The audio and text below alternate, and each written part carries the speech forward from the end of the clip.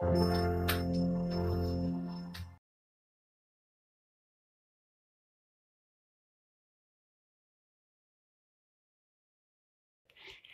Friends, welcome back to my YouTube channel study art hub. So friends, आज की class में मैं discuss करने वाली हूँ इम्पॉर्टेंट ग्रंथ के बारे में। वैदिक काल कंप्लीट हो चुका है। आज की क्लास में ग्रंथों के बारे में डिस्कस करूंगी। इन फ्यूचर जब भी आप मेरा वीडियोस देख रहे होंगे, सीक्वेंस से वीडियोस से बने रहने के लिए प्लेलिस्ट विजिट कीजिएगा। माय इंपॉर्टेंट नोट्स के नेम से प्लेलिस्ट है। आपको सारे ही वीडियोस एज ए सीक्वेंस मिल जाने वाले हैं। सो स्टार्ट करते हैं। आज का टॉपिक होगा त्रिपिटक। त्रिपिटक बौद्ध धर्म से संबंधित है। बौद्ध धर्म का महत्वपूर्ण ग्रंथ है। 400 से 300 BC इसका समय है। इसकी भाषा जो है, लैंग्वेज, वो पाली रही थी और इसमें 3 संख्या है। इस ग्रंथ में 3 संख्या है, जैसे विनय पिटक, सुत्त पिटक और अभिधम्म पिटक। त्रिपिटक के बारे में क्वेश्चंस एग्जाम में इस तरह पूछे जाते हैं कि त्रिपिटक एक्चुअल में किस धर्म से संबंधित है? बौद्ध धर्म से संबंधित है। विनय पिटक में राजा परोनिध के चित्र रंग महत्व का वर्णन है। नेक्स्ट है स्कंद पुराण।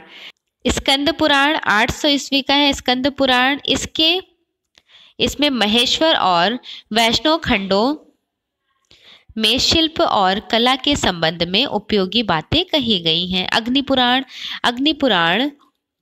16 अध्यायों में शिल्प का उल्लेख मिलता है।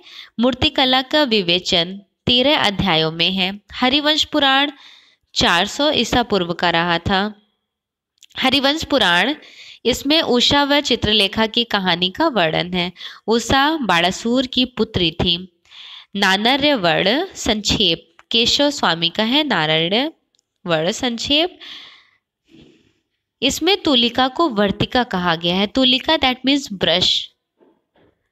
ब्रश को वर्तिका किस ग्रंथ में कहा गया है? नानार्यण व संक्षेप में केशव स्वामी का है। नेक्स्ट है मोदनी कोट। मोदनी कोट में चित्रकार को वर्णाट कहा गया। यहाँ पर चित्रकार को वर्णाट कहा गया है। वर्णाट का अर्थ होता है रंगों के विश्लेषण में निपुण होना। नेक्स्ट ग्रंथ है कादम्बरी। कादम्बरी बहुत फेमस बुक है बाणभट्ट की। इसके लेखक बाणभट्ट हैं। 700 BC। इसमें 5 शुद्ध वर्ष बताए गए हैं। इसमें वर्ण चित्रों, रेखा चित्रों, भाव चित्रों की प्रशंसा की गई है। हर्षचरित्र 7वीं शती का है। लेखक बाणभट्ट है। इसके अनुसार चित्र संबंधी सामग्री राजा को भेंट की जाती थी। कुछ लोग परलोक के चित्र दिखाकर पैसे भी कमाते थे हर्षचरित्र के अकॉर्डिंग। 10 कुमार दंडी 400 ईस्वी का है। लेखक है दंडी।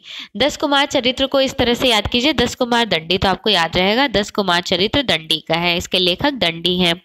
इसके अनुसार कुमार आहत वर्मा ने स्वयं अपना चित्र बनाए थे। नेक्स्ट है पंचदशी 14वीं शती का है। लेखक है विधारण्य। यह प्रतीकात्मक शैली में लिखी गई थी पंचदशी। शिल्प रत्न 16वीं शती की है। लेखक है श्री कुमार, केरल से बिलोंग करते थे। यह पुस्तक केरल के राजा देव नारायण के संरक्षण में लिखा गया था। यह मुख्य रूप से वास्तुविधा का ग्रंथ है। इसके दूसरे भाग के 35वें अध्याय में भू मानचित्रों के बारे में बात की गई है।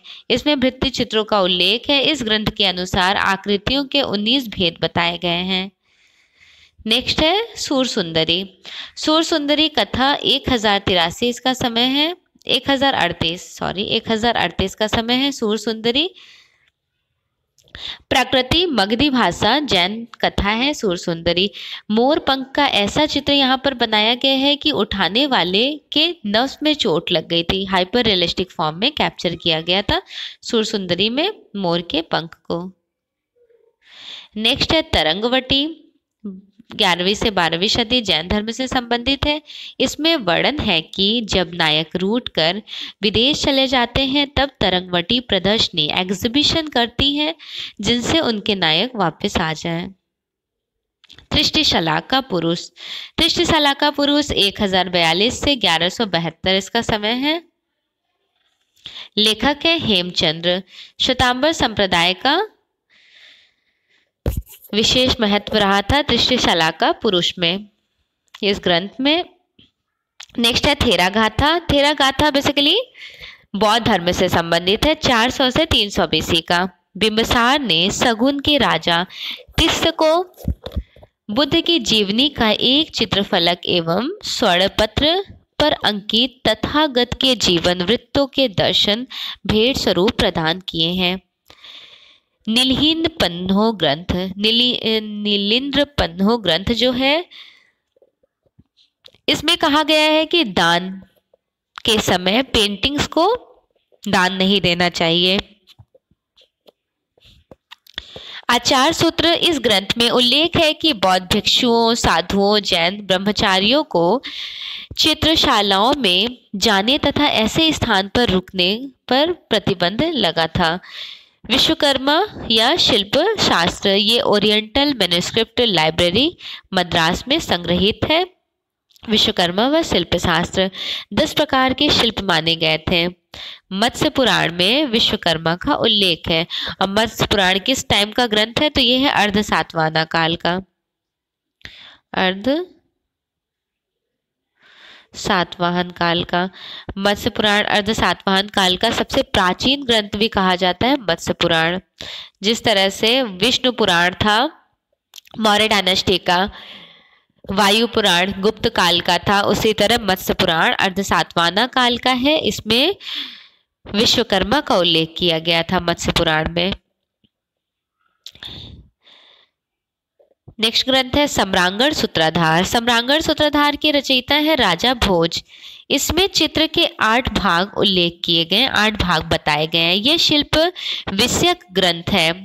इसके 7 भाग 34 अध्याय हैं। सम्रांगण सूत्रधार में चित्रकर्म को 6 अध्यायों में बांटा गया है। इस ग्रंथ में अंतराल को भूमि बंधन कहा गया। सम्रांगण सूत्रधार राजा भोज का ग्रंथ है। इसमें अंतराल को भूमि बंधन कहा गया। और एक्चुअल में ये अंतराल होता क्या है? अंतराल जिसे इंग्लिश में बोलते हैं स्पेस। स्पेस दैट मीन्स कलाकार का कार्यकक्ष। कलाकार का कार्यकक्ष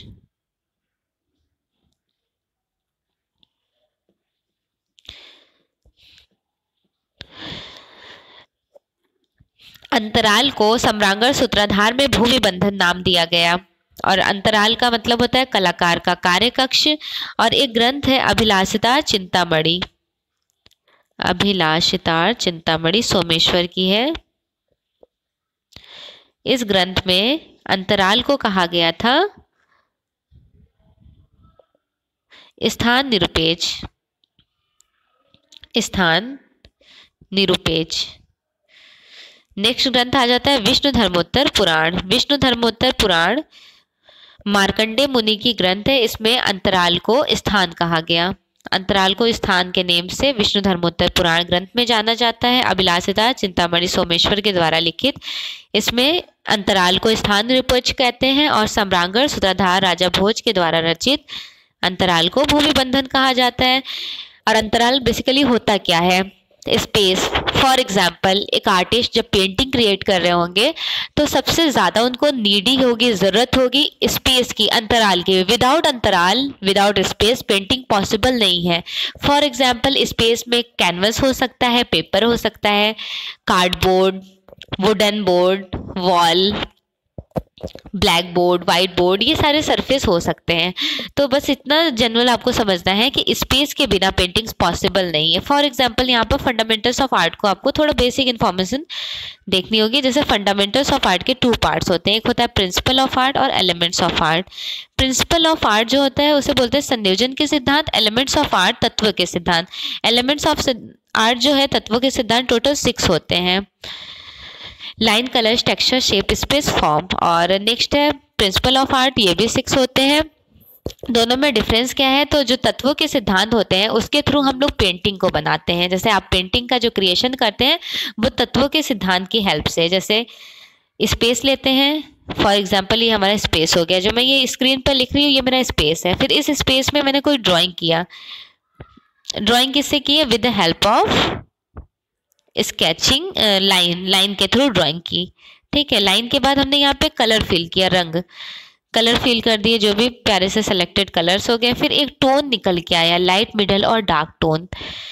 शेप लिए, अंतराल, फिर उसमें रेखा, रेखा में रंग भरे, रंग में एक रूप का क्रिएशन हुआ, टोन दिखने को मिला, टोन बोलिए फॉर्म, रूप का क्रिएशन हुआ, फिर एक टेक्सचर, टेक्सचर मतलब पोत देखने को मिला।